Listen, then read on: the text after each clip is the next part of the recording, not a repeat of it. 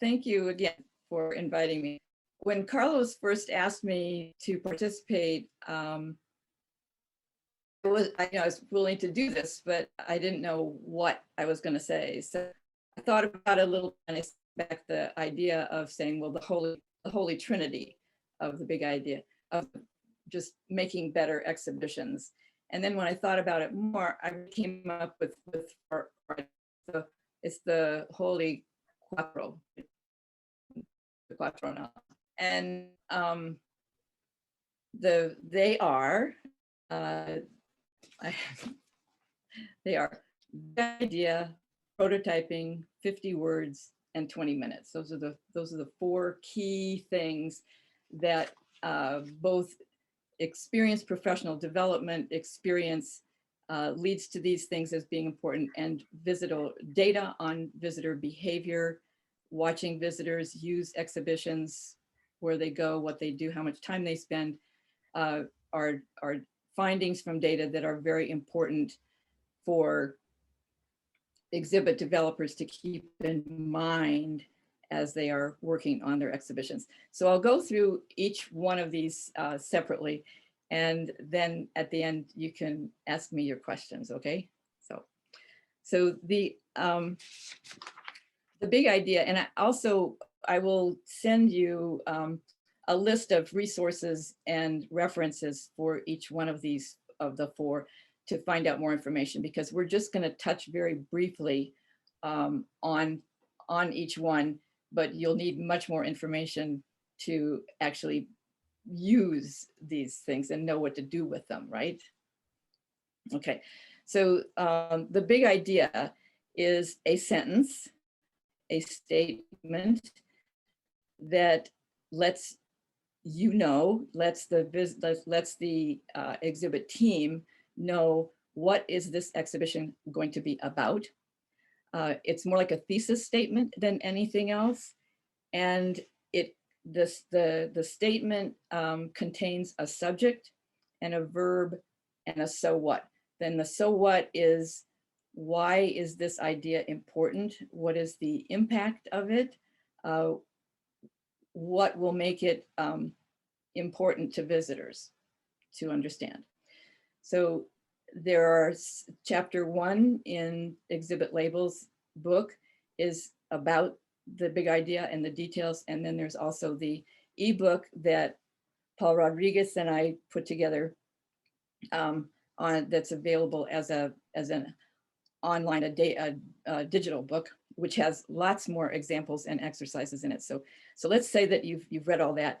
Now you've written your big idea. How do you know it's a good big idea? And there's 3 questions that you have to ask yourself about the big idea. Is one, is it clear what the subject is? A lot of times a big idea doesn't have a clear subject. So you want to have a clear subject. Yes, it has a clear subject. Does it specify what will be included? Does it specify what will not be included? That's really the important part, is you want to know, where are the boundaries of this big idea? What will we talk about because it's related to the big idea, and what will we not talk about because it's not related to the big idea? And then is the team in agreement with the big idea? The big idea has to be put together with consensus. It's very important to have everybody sharing the allegiance, sharing the promise, in a way, to follow that big idea as being a guiding set. So when an idea comes up, they say, well, wouldn't it be great if we did this? And then somebody would say, well, how does that relate to the big idea? It does. Let's keep it in. Let's work on that one. Or how does that relate to the big idea? It doesn't relate to the big idea. It's way too far out. Okay, let's not talk about that. So consensus is really important on when you reach putting together a big idea. So that's number 1, because that's going to help drive everything. It's going to make everything go smoother. The second one, prototyping, especially if it's an interactive exhibit. And today, where do you ever have an exhibit that doesn't have some form of interaction? Even if it's an art museum, there might be just some question and answer kind of things on labels.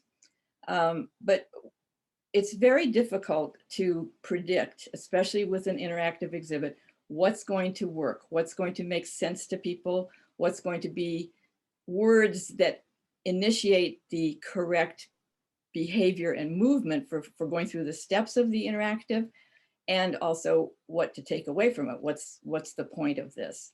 So the only way you can find out if a prototype of an interactive is, the only way to predict with high confidence that an interactive exhibit will work is to try it out first. And you try it out in a mock-up form, not finished materials, not finished printed out words. Visitors are very easy to get them to play along with you and give feedback on it. You can get more information about this in a book called Try It. And also there's just today online, are you familiar with Paul Orselli, who has a blog and it's called Exhibit Tricks? It's available. He's wonderful. He's just got great ideas. And just today, he had a thing about prototyping and more about how to do it. So that's a very, very good thing to have. So you show your prototype to the visitor, they give you feedback, and the point at which you say, okay, we're ready to go ahead with this is when 8 out of 10 people say, yeah, it makes sense to me. You're never going to get 100%, but you want to get at least a majority of people saying, I understand this. And oftentimes it's just one change, maybe just one word even, that will make the difference between understanding something, getting the idea right away, and missing the point. So prototyping is extremely important and extremely valuable. You will be amazed at what visitors will help you learn through the prototyping process. And the prototyping, it deals with more things than words, but words are, of course, key to your prototype, to your interactive. Okay, the number 3 and number 4 of the Holy Cuatro are both data-driven. What we know about what visitors do in exhibitions. And in terms of the number of words, the limit to the number of words on a label, people often ask that question, how long should a label be? And I say there is something magic about 50 words. 50 words printed on a label, on a wall, or next to an object looks doable, looks like it's not too much, okay? And we know that fewer words, less is more, less is better. If there's fewer words, more people will be attracted to reading the label in the first place, and more people will be likely to finish reading the whole thing if it's shorter.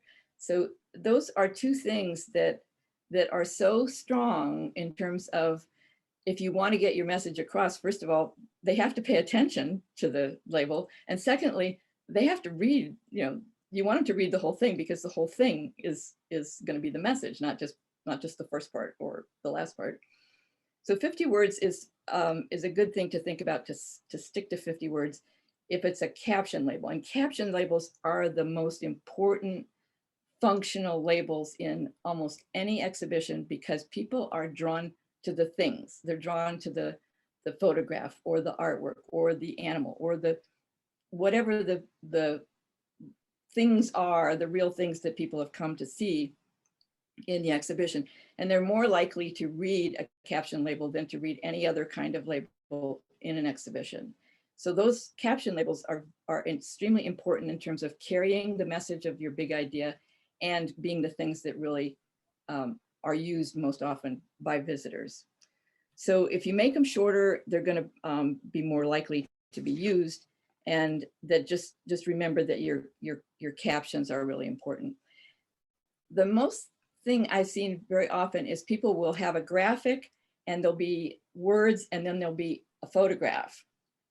And the photograph is just kind of added for beauty or aesthetics or maybe a little bit of interest. You need to caption the photograph as well. You need to caption the specifics of why is this picture here, not just decoration. If it isn't captioned, if it doesn't belong in there for some really tight reason, don't bother to put it in. But if you are putting in graphics and photographs, put in a caption, put in just even a sentence, not 50 words, but just a sentence about why is this picture part of this label. Okay, the fourth thing is the 20 minutes. And again, this is data driven by tracking and timing, watching visitors use exhibitions. And we have quite a lot of data available on the amount of time that people spend. And we found quite a few years ago in a big study, and then have replicated it with other data, new samples in new situations. And the data has held pretty solid, that the 20 minutes kind of represents a very, it's a lot of time. 20 minutes is a lot of time to spend in any one exhibition. And in the sample of over 100 different exhibitions, visitors using exhibitions, 80% of the exhibitions, the average time spent was less than 20 minutes. And that's regardless of how big the exhibition was or what it was about. So it's a pretty solid number. And if you want to put that number to work for you, you say, design an exhibition that somebody can do half of it in 20 minutes and get it, sort of randomly choice, spend 20 minutes, they will get what's going on. If visitors, they will spend more than 20 minutes in a smaller exhibition. There is a trend, a slight trend, it's not absolute, for smaller exhibitions to spend more time per unit space in the place. That's called a sweep rate, for how much time per unit of real estate that's in the exhibition. So smaller exhibitions do tend to get used more thoroughly than larger exhibitions.